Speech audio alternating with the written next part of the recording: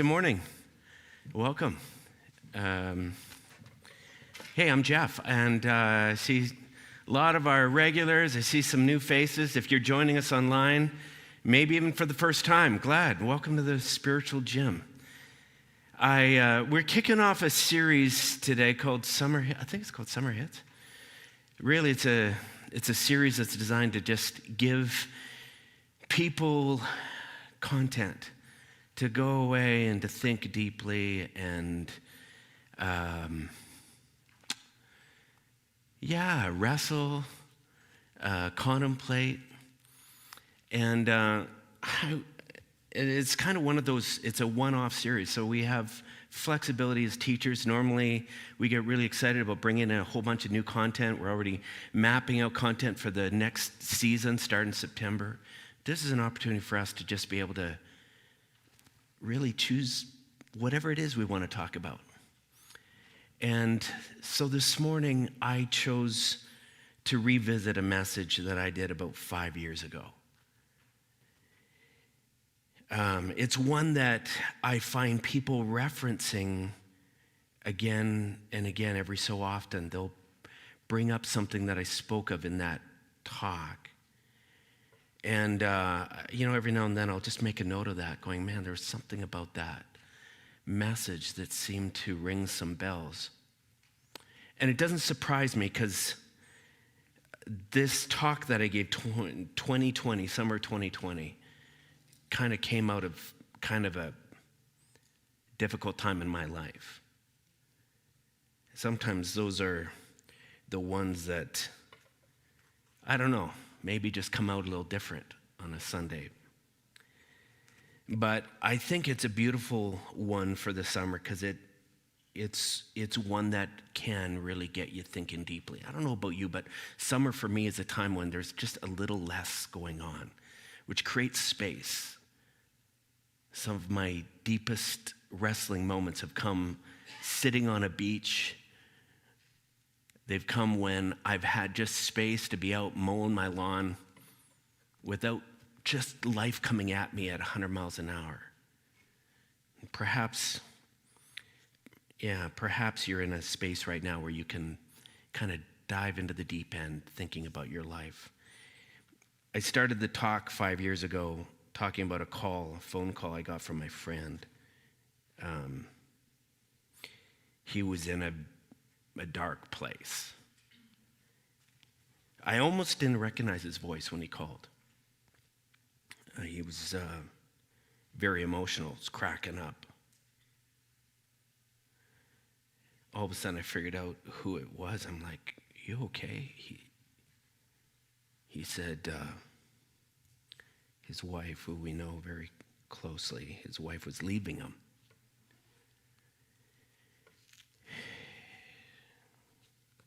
I let him kind of catch his breath and compose himself. He said, Jeff, I don't know what I'm doing. Life just seems so pointless right in this moment.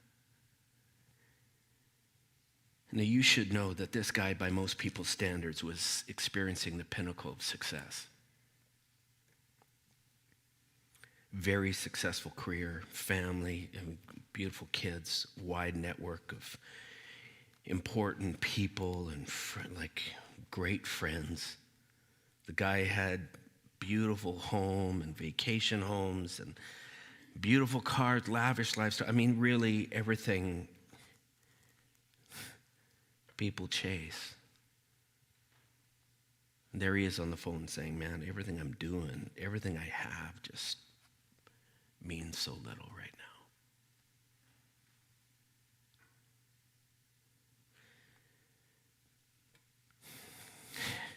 In my head, I'm thinking,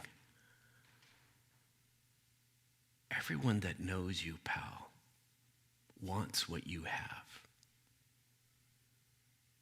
This just is wild. You know?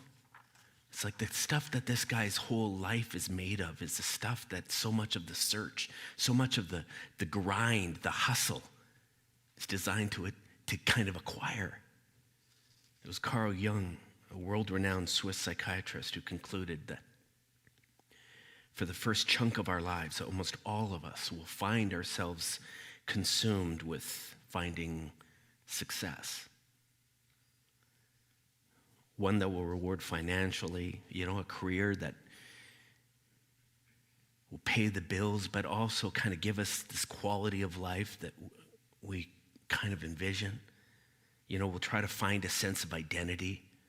Part of that will involve kind of discovering who we are as an individual, studying our unique personality. You come to this point where you begin to realize, wow, I'm not like everyone else. You do these personality tests, and all of a sudden you start realizing, wow, I'm quite unique. And that's exciting. It's like, wow, who am I? And then over time, as that begins to kind of get uncovered, we start trying to figure out, how do I leverage who I am in this world? And what would that look like? And then we add to that, we start acquiring. Maybe, we choose a home in a neighborhood that becomes an expression of who we are. And we decorate it, and that's an expression of who we are. We buy a car, and that car says something to everyone. Whether you recognize it in the moment or not, you're choosing things very selectively because they become expressions of you. The way you dress, the clothes you buy, all of this stuff, it's part of the identity, figuring out, this is who I am, this is who I'm putting out to the world. Carl Jung would say, that's healthy. That's normal. That's what everyone does. You spend a good chunk of your life trying to kind of figure out what that's going to be and how to make that work. And we chase success. Maybe that comes through education, the degrees that you hang up on the wall. For some, it's the achievements. Maybe it's career achievements. Maybe it's sports or hobbies. Maybe accolades. It's all the stuff you write in your LinkedIn profile. Hey, everyone, look at me, right? Like I said, all normal, healthy stuff, but there's a good chance that at some point, regardless of the success you may have had in any of these areas, that there will come a moment when you will lay down your head on the pillow at night, and you'll ask yourself, is this it? Is this all there is?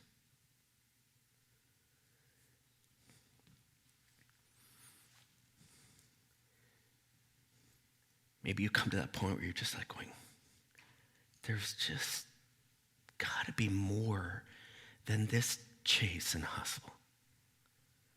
More than just getting that car that is parked in my garage.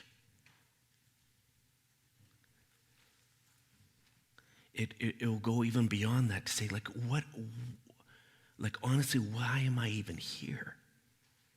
And what starts that process? What brings you to that point where you start asking these kinds of questions? It looks different for different ones. For my friend, it was a breakup of his marriage. For me, I was sitting on a beach one summer and just thinking about the stuff that I was doing, and just going, is this even making a difference? Like, you take me out of this, does anything change? No, that was for me. For some people, it happened when they felt trapped in a job they hated. For some, it was getting a diagnosis that triggered the thinking, or the death of a loved one.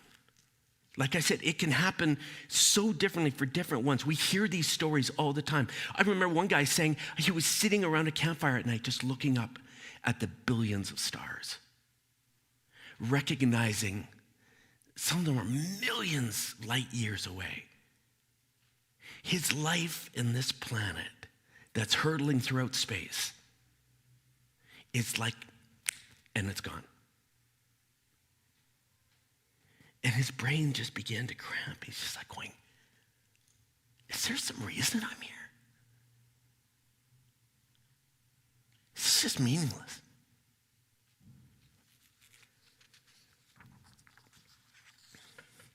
Yeah, it's in these moments, man, we can just feel like the chase, the the hunt down for kind of our identity and our putting our stamp on success, whatever that is, you can find it just doesn't deliver. Richard Rohr, he's a Franciscan friar. How's that for a title?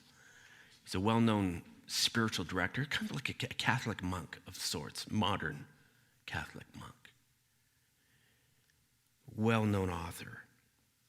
He said that this internal crisis is often an indicator that you are approaching, you're beginning to shift into what he called the second half of life. Not literally kind of in age, but more as a metaphor for an age of kind of a new perspective and awareness of what life can be about. There's an awakening that happens in the second half of life. Often you start asking these questions and it's a sign something is shifted or is shifting. A realization that all this focus on personal achievement and success, it's not all that life is supposed to be about. It's only part of the picture. There's more. It's like spending all of your life up to this point living within about 1,100 square foot imprint within a home that's actually 10,000 square feet. And one day you open up a door and you realize, holy crap, there's a pool, there's a library, there's a bowling alley. It's like, what have I been doing all my life? I've been living in this little spot in this home and all that was there. That's what this awakening can start to feel like. Last week I told the story of a wealthy young influencer who approached Jesus. And he asked, what must I do to experience this life you're talking about? I'm not sure, but I think there's some part in this guy's life where he was like going, maybe there's more. Maybe there's more to this. And so he goes to Jesus. He says, what do I got to do to experience it? Jesus rattles off a number of different things. He says, yep, done it. And Jesus says, you know what? Maybe what you need to do is go and sell all your possessions. Give them to the poor. I don't think that guy was expecting that answer. I think it caught him out of left field. That guy was like, oh, what? It said it made him so sad. Now, it's so hard. Sometimes these stories don't fill in all the backstory. They don't explain all that he was thinking or feeling in that moment. Sometimes I wonder if perhaps he left sad because his attachment to the current model of success was so strong. That perhaps his identity was so wrapped up in all his possessions and his wealth that he couldn't imagine who he would be or what life could possibly look like without it. I don't know. I don't think Jesus had a problem with material success. I don't think that's what Jesus was getting at. I think Jesus was just looking at him saying, you know what? You can find deeper meaning and purpose for your life. But that stuff is only going to get you so far. Oh, it's enjoyable. Don't get me wrong. And it's a large part of it is necessary. Great. But if what you're looking for, this deeper meaning, this deeper sense of life, it ain't coming from that stuff.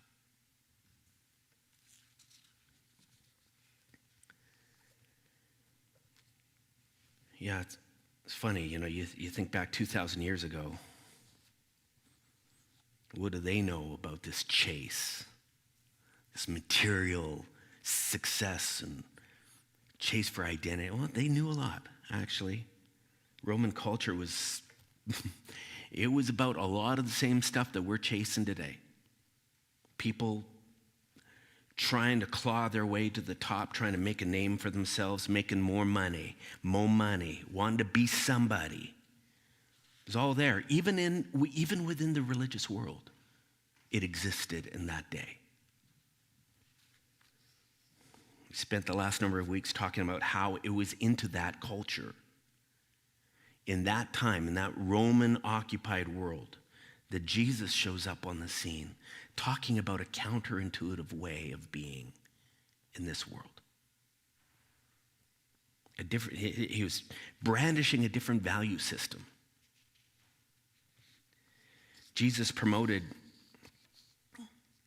kind of this upside down, countercultural way of living. That just it was going cross current with what many of them were exposed to day in and day out. It had a different measuring stick for success. It wasn't focused so much on what you were acquiring, what badges, what titles you held, how big a home you were living in. It was about your ability to focus on something bigger than yourself. Book of Matthew, he asks the most penetrating question. He says, what is it that you benefit if you gain the whole world and lose your soul?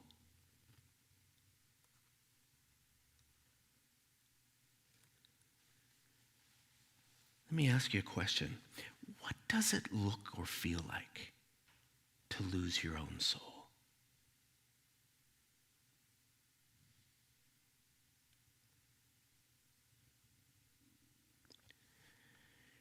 You know what I think it sounds like? It sounds like my friend on the other end of the phone saying, what the hell? What am I doing? It's meaningless. I think it can feel like someone asking, is this it? Is this all there is? Jesus would say that there's more to life than kind of this myopic, self-centered pursuit of success. He says, there's something bigger. There's more rooms to this home. Richard Rohr says that as you begin to shift and you awaken to the second half of life, this place where all of a sudden you open up the door and you realize more exists. It's in this stage, when you start moving into it, that you begin to discover your task within the tasks. That's what he calls it. Finding your task within the tasks.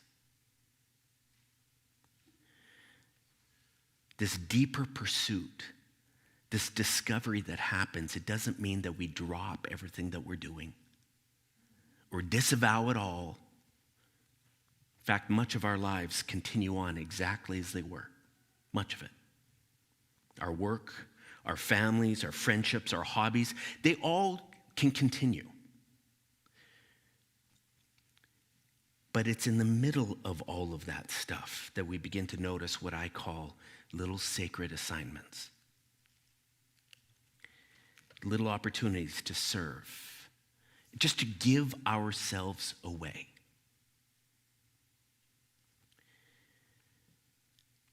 Along with the noticing of these little assignments, there comes this level of urgency behind them. I've watched people notice stuff, but feel very little responsibility or urgency to do anything about it. When you start shifting hard into the second half of life, into this place of awakening, along with it comes a sense of, is this something I'm supposed to be doing? Is that becoming my problem? There's a wrestling that didn't exist before. It's funny, as my buddy, who I talked about earlier, as he was walking through this difficult season of loss. He's going to therapy. Just his world is kind of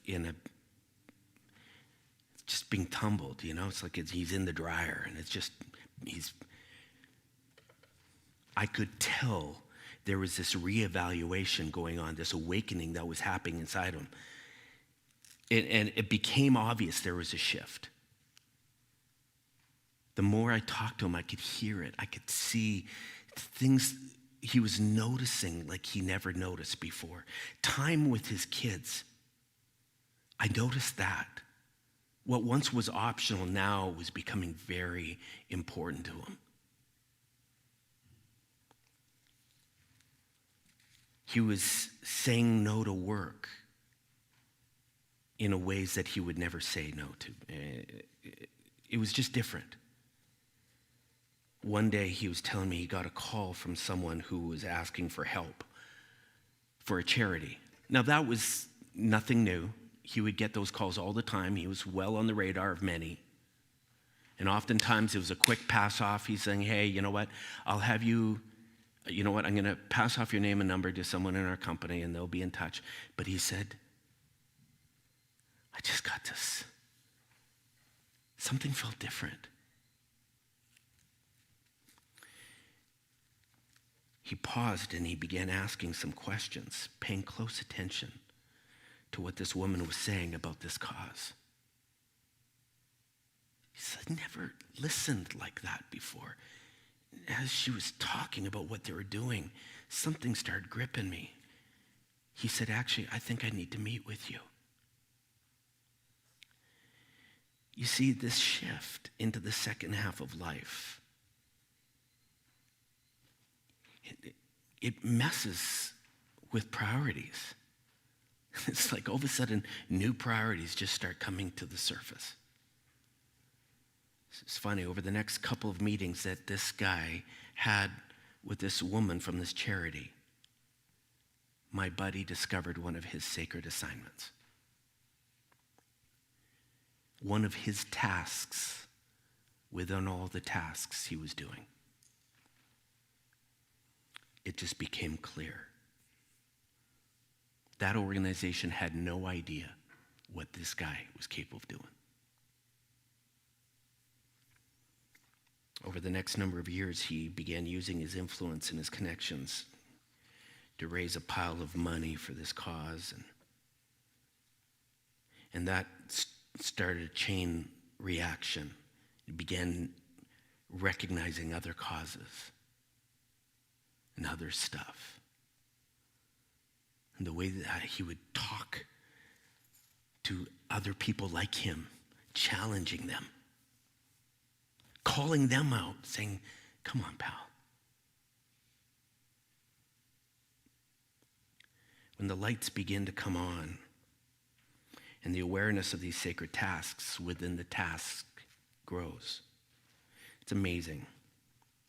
Amazing what people begin to see and how they begin to respond. It's different. I've watched people, they would hear someone was rushed to the hospital. In the past, it was like, oh, geez, that's too bad. But in this new stage of their spiritual journey, it was like they would feel this this urgency.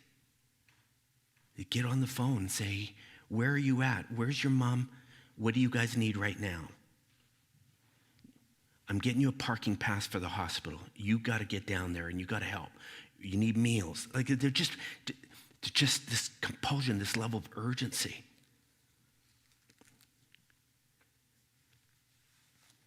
You notice a need for volunteers in the community. You've seen the ads in the past. Nothing. It just boing, boing. It just doesn't bother you. But now, as you enter this stage, something's different. I think about Pearl, an elderly woman in our community who at one point just says, wait, I can drive. I have something that some of those my age don't have. She began driving people to their doctor's appointments who no longer could drive. Think of Danny and Ian, so many parents who stepped up to volunteer with minor sports. They have kids in sports, but all of a sudden this dawning that there are many kids who don't have parents who can be there cheering them on, who don't have parents who can volunteer as coaches. Say, I can do this. watching people within our community who are stepping out to volunteer on not-for-profit boards. When so many people would say, this is not my problem. That's the last thing I want to do. I don't need another headache. But they're going, no, I can do this. Think about those who give up their morning, even like it's a morning like this. They give up their opportunity to come and sit in the spiritual gym so they can go and spend time with teenagers at Switch or with their kids downstairs, just going, no, but I can do this. And I know this will help. I remember for a long time I always said I wanted to donate blood. And I remember thinking, I got to do that sometime. So I ended up, someone was going, I said, you know what, I'm going to do that. I'll sign up. And I got down there, found out that I'm AB negative. And I'm like, what's an AB negative? And they said, well, actually, you didn't know, but your plasma can be a universal donor to other people. I said, oh, hi, that's cool. And I was kind of joking with these guys, hey, Mr. Big Shot, I got fancy blood, whatever. And it meant nothing. But then one day they call me and they say, would you come in? You're a match. So,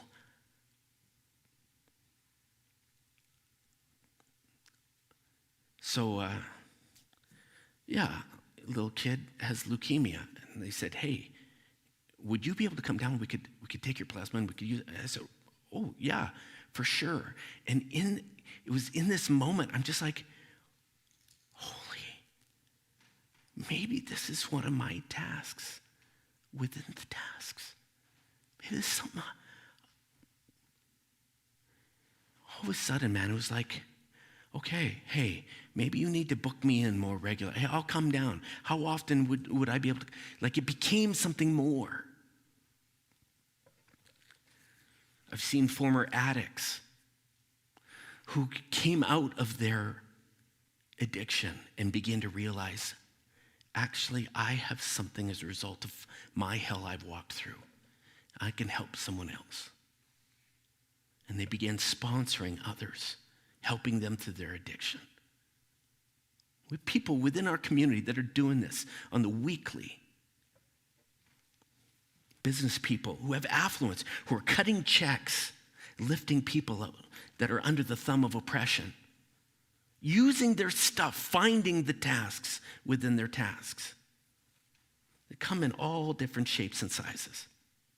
But they all seem to have a couple things in common. One is, it has a way of changing our world in such a beautiful way. And it also seems to inject a sense of meaning and purpose into their lives that they didn't have prior. It just kind of opens up their world.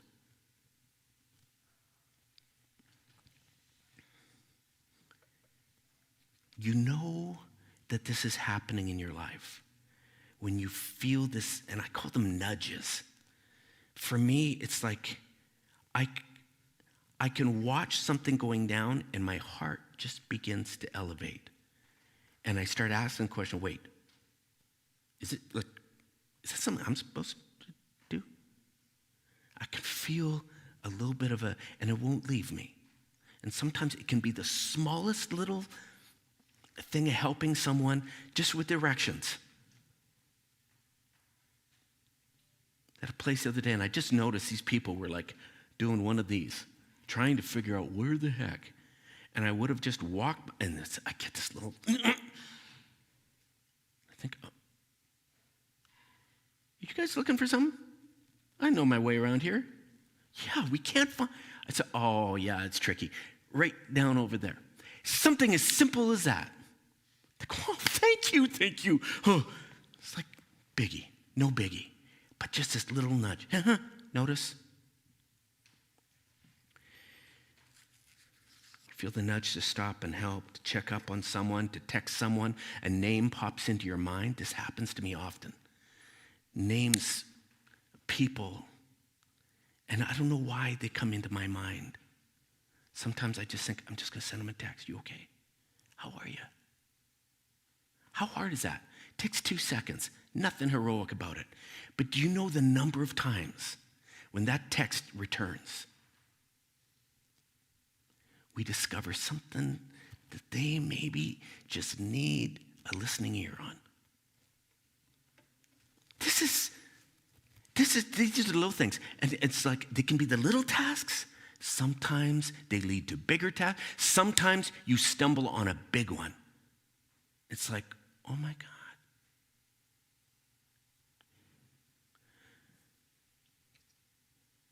What happens inside you when you enter into this world of responding to the nudges, keeping your antenna finely tuned to your world?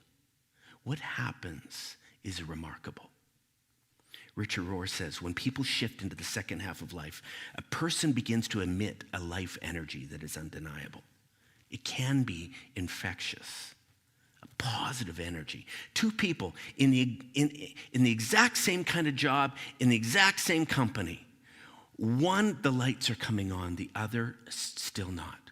The one is complaining, aggravated by life, wishing, angry that he's still in this position after this long, and finding things to complain with, just rubbing on the nerves of everyone around, while the other person has all of a sudden, in that moment, recognized that perhaps one of her tasks within the tasks of her life is just simply lifting people around her. So she's asking questions.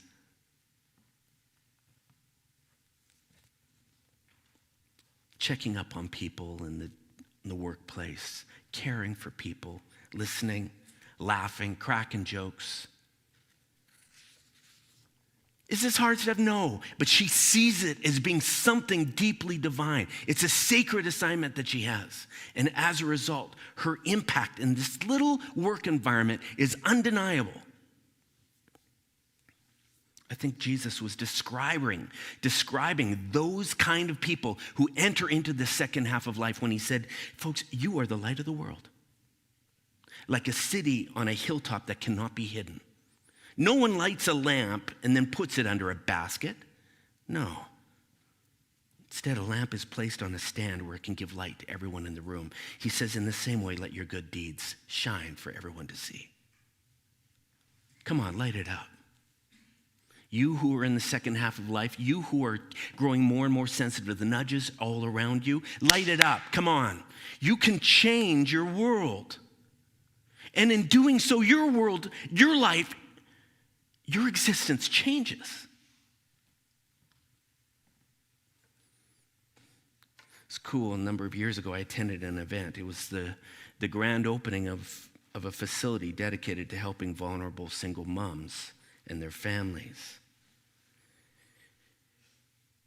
And this guy that I was telling you about, who had spearheaded some of the fundraising, this is one of the causes he was about. And I remember walking into that room and seeing all of his networking friends all there. And this guy is just beaming.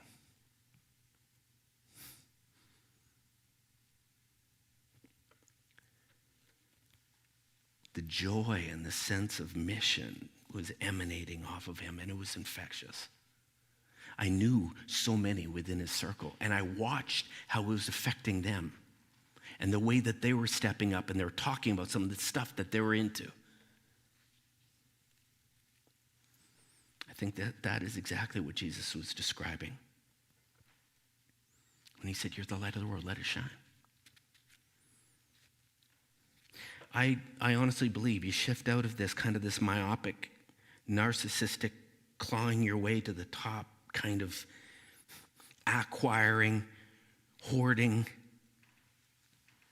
It changes so much in our world, and it'll change your life. Let me ask you something, because I'm betting you got out of bed today. You drove yourself down here, or you climbed online, you're watching this, because you felt, you've had a moment where you said, there's got to be more to this than just that. You wouldn't be here. There's too many other good things to be doing today than sitting here listening, being in a spiritual gym. Something woke up. Do you remember the moment? Do you remember the event? Do you remember what it was that started turning you and your eyes open? When you sensed, wait a second, there's more to this. And you cracked a door open, you went, yeah, life can't just be about that. Chances are you're here today because you've already had these moments. And it's important that you remember those moments, because they can flee. They can flee. And pretty soon the myopic, the narcissist can pull us back in, and we almost forget what life can be about.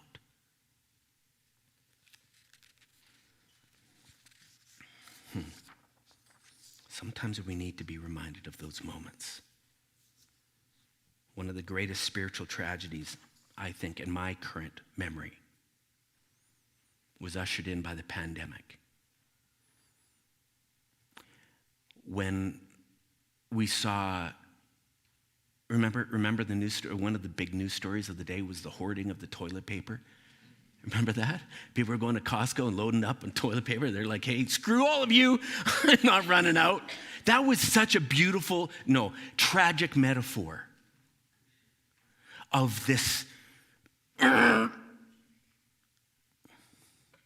sucks the purpose and the greater meaning out of life. And we've emerged, but man, there is still so much of that exists. This hoarding, this pulling in. It says, it's about me. I need. Jesus would say, man, I beg to differ. There's more to this life. I know some of you know this. In fact, I would bet that I'm not telling you anything that down deep you don't kind of believe already. Sometimes it's not about learning something new. It's being reminded about what you know and being called back to. We need to be reminded, what good is it to gain the whole world, or whatever part of that world it seems that we're chasing, and lose our own soul? Let me ask you, how open are you to finding your task within all the tasks that you're about right now? How recently have you discovered perhaps a sacred assignment that was meant for you? And you said yes.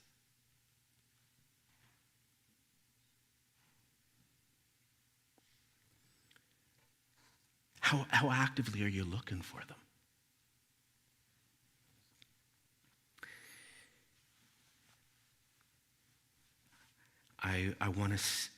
I need to say how proud I am of this community, because I hear the stories of the sacred assignments that are being grabbed, latched onto, people are running with. I just want to say how proud we are of a community that embraces this way of being. This is everything the spiritual gym is about. Seeing the 9,000 square feet that exists that we haven't yet tapped into, opening our lives up to it and committing to it day in and day out in little and big ways. If you're here and that's what you've been investing in, just keep going. We're proud. Keep going. Perhaps there are some here, though, the awakening is just beginning. Maybe you stepped into this place just in the last couple months, and we're talking about stuff, and you're going, wait, I thought religion, spirituality was about different things. What? And you're hearing some of this stuff. I just invite you to be open to this second half of life stuff. Be open to the fact that there are tasks with all the stuff that you're doing that are sacred, that are waiting for you. And as you find them, dare I say, you might find life. Today, I'm going to just invite you to begin looking and looking again for those opportunities. Respond to the nudge. Be sensitive to them. Keep your antenna open. Even on summer vacation, those divine moments can come. You need this. I've invited Alessandra to come and Andrew to play a song that I think dovetails beautifully with what this is all about. As they play, you know what? Maybe you could think about your last sacred assignment that you can remember. Or maybe one that is sitting right on your doorstep waiting for you to respond to. May we all this week, may we all just remain or become open to the nudge that leads to something so beautiful and meaningful. It's my prayer for you.